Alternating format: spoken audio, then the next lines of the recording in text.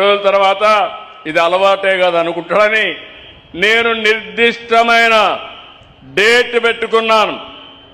ప్రతి నెల 9వ తారీఖున మీ దగ్గరికి రావాలి, నేరుగా పట్టాదారు పాసు పుస్తకాలు ఇవ్వాలి. అంతవరకు జరిగినంత కూడా సమీక్ష చేసుకోవాలి.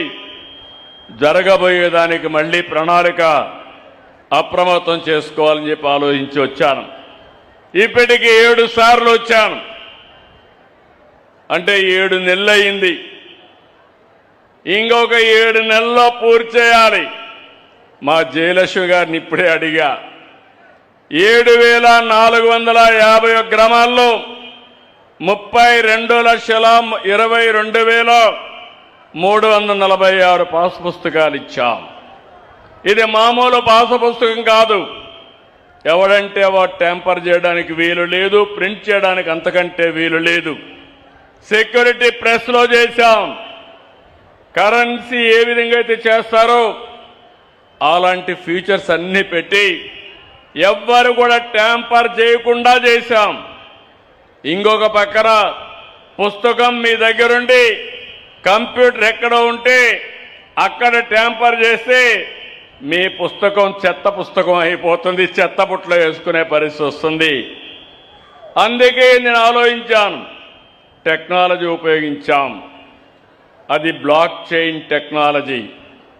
ఎవ్వరు కూడా ట్యాంపర్ చేయలేరు. ట్యాంపర్ చేస్తే మీకు తెలిసిపోతుంది. మీరు ఎప్పటికప్పుడు మీ పట్టాదారు పాసు పుస్తకంలో QR కోడ్ ఉంది. QR కోడ్ ఒక్కసారి కొడితే ఈరోజు నీ భూమి నీ పేరుతో ఉందా, వేరే వాళ్ళు తారుమారు చేశారా, నేరుగా మీరు చూసుకునే అవకాశం వస్తుందని మరొక్కసారి విజ్ఞప్తి చేస్తున్నా. ఇంకొక పక్కన QR కోడ్ కొడితే మీ ఫోన్లో ఎక్కడ మీ భూమి ఉందో మీ సెల్ ఫోనే మీ భూమి దగ్గర తీసుకుపోతుంది. కాబట్టి ఎట్టి పరిస్థితుల్లో వేరే వాళ్ళు చేయడానికి వీలు లేదు. ఇప్పటికి మీరు చూస్తే దగ్గర మేము ఇచ్చిన తర్వాత 32,32,000 పూర్తయినాయి. ఇంకా 7 నెలలే మిగిలింది. మా రెవెన్యూ సెక్రటరీ చెప్తున్నాను, chief secretary come revenue secretary మా అనగాని సత్యప్రసాద్ చెప్తున్నాను, ఇంకా 9,365 గ్రామాలున్నాయి.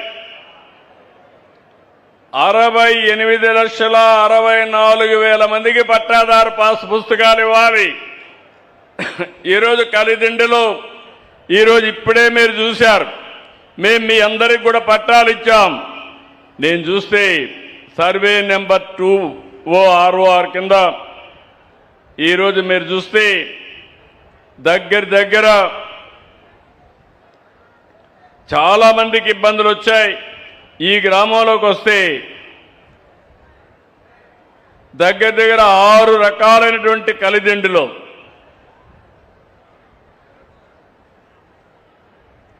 2,000 మందికి పైన ఈరోజు మనం పట్టాలు ఇచ్చే పరిస్థితికి వచ్చాం. అయితే ఇది ఒక వినూత్నమైన కార్యక్రమం అయినప్పటికీ నేను మా సెక్రటరీ గారిని వాళ్ళిద్దరిని కోరేది, మళ్ళా మీరు ఒకసారి మొత్తం ఇప్పటి వరకు రాష్ట్రం అంతా మీరు చూస్తే 41,000 ఎకరాలు 1,25,000 మందికి 22 కింద చేసి పట్టాలు ఇచ్చాం. ఏలూరు జిల్లాలో 5,520 ఎకరాలు 5,502 మందికి బెనిఫిషరీస్ రైతులకు పట్టాలు ఇచ్చాం.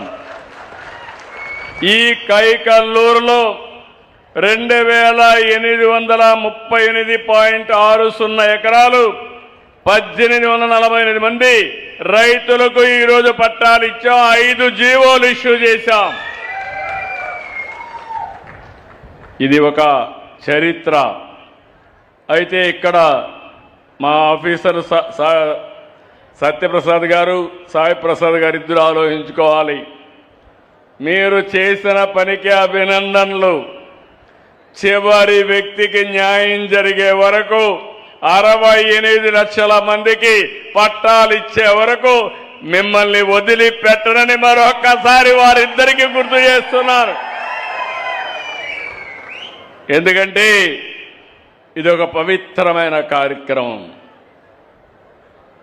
ప్రతి ఒక్కరి యొక్క ఆత్మ గౌరవానికి సంబంధించిన విషయం.